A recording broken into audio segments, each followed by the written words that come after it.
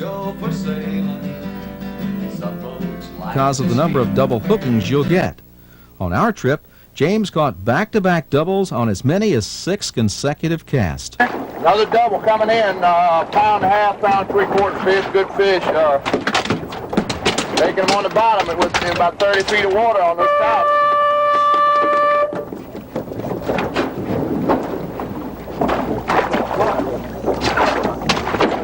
Nice. We really got them stirred up now. They're hitting it as fast as you can hit the water. Look here. I just got it in the water and I'm hooked up again here. The trout are boiling. Oh, it's beautiful. Got a good fish coming here. I'm going to let him work a while and see if he... Oh, another one got it down here. We got a double going now. If you can keep that trout in the water, you're going to get it the second one. Look here. Look at it. Look at it. Look at the action on this one. Whoa, in the boat. Look here. Got another trout coming in right behind me. Another good fish.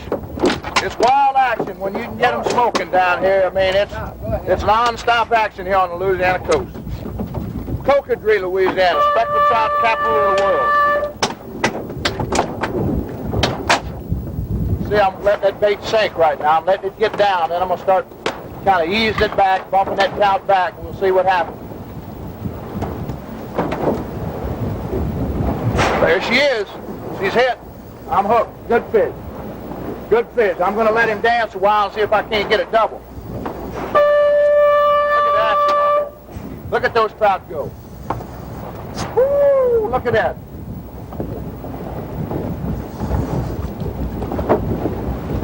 Oh, you talk about wild. Look at that speck go. Good fish. Good trout. I'll swing him in the boat now. You go about 2. Good fish. Beautiful trout.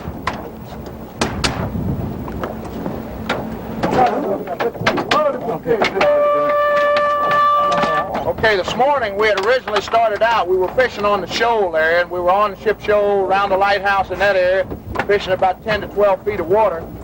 We were catching some good fish up to about 6.5 pounds, but the squalls were so bad and the seas got so high and the water dirtied up on us over there. Bluefish just took a good trout and a half. Both of them took 2 trout. Beautiful speckled trout. Got it ate up by bluefish.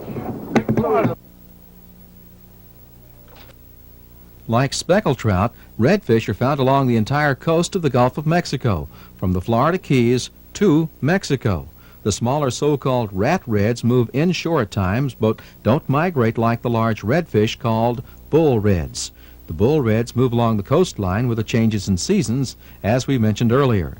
Pensacola Pass at Pensacola Bay's entrance to the Gulf of Mexico offers the perfect stopping-off point for the migrating bull reds during the month of October.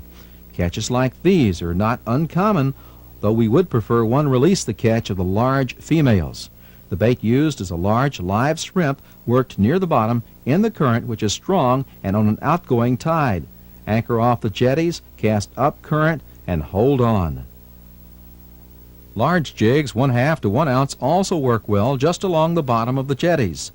James prefers a casting rod. The Lou Childers 5.5-foot heavy graphite with an Ambassador Action 5500C reel spooled with 200-pound monoline for both the live shrimp and the jigs. Anchor just out of the casting distance of the jetties and work different current situations. The eddies, the backwash, stronger and lighter currents until you connect. On now to the Silver King, the tarpon.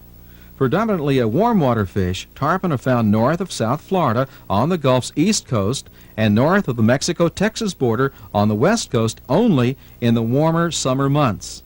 The tarpon spawns in brackish to freshwater rivers and streams along the coast and migrate up and down each coast with the changing seasons. For trophy tarpon, we'll have to recommend the world-famous Boca Grande Pass near Fort Myers, Florida. The pass, a relatively small cut from the Gulf to Charlotte Bay, is literally packed with tarpon 50-pound and up during the summer months. We recommend the 1st of July for Boca Grande or the last part of June. If you follow proven methods, you should have no trouble hooking up with the hard-fighting tarpon. Landing him, though, is another matter. Normally, James is an artificial bait man, but here He recommends a live bait because of the unusual conditions. A small area, 300 yards by 75 yards wide and full of boats. Most artificial lures require line lighter than what is needed here. James recommends 50-pound line minimum with 80-pound class tackle preferred to keep from fouling up with the other people. You can hook a higher percentage with jigs and 20-pound class tackle, but since you cannot handle the large tarpon, you will greatly inconvenience the other fishermen and probably lose the fish. Penn's International 80-pound class reel with Lou Childress 80-pound class rod. 80-pound Dacron line is preferred because of the low stretch characteristics. Now mark your lines to drift just off the bottom, 60 feet in the channel to 40 feet on the ledges to prevent any hang-ups. Go up tide and drift with the current. It's easy. Just follow the other boats. If you feel a pickup, set the hook with the boat and get out of everyone's way as soon as possible. Use a 10-foot-long stainless steel leader tied to a balled swivel. Use from 2 to 4 ounce round lead weights according to the current attached to the leader by a 3-way swivel about 2 feet above the hook by a light piece of copper wire tied so as to allow the weight to fall off on hookup. The hook should be a stainless steel size 6/0. This trip produced a 130-pound tarpon, a big one even for Boca Grande. Anytime you're in an unfamiliar area, we recommend hiring a charter boat, at least a half a day or maybe a whole day. There are plenty available, and in the long run, it will be well worth it to familiarize yourself with the unusual local conditions. If your intent is sheer sport, fish the flats of the Gulf with spinning tackle or fly tackle using jigs. The Tarpon Springs area is also good for this, and so are the Florida Keys. The Apalachicola River entrance to the Gulf is good for the big tarpon, and so is the Grand Isle area of Louisiana. But here, fish the channels just as we did at Boca Grande.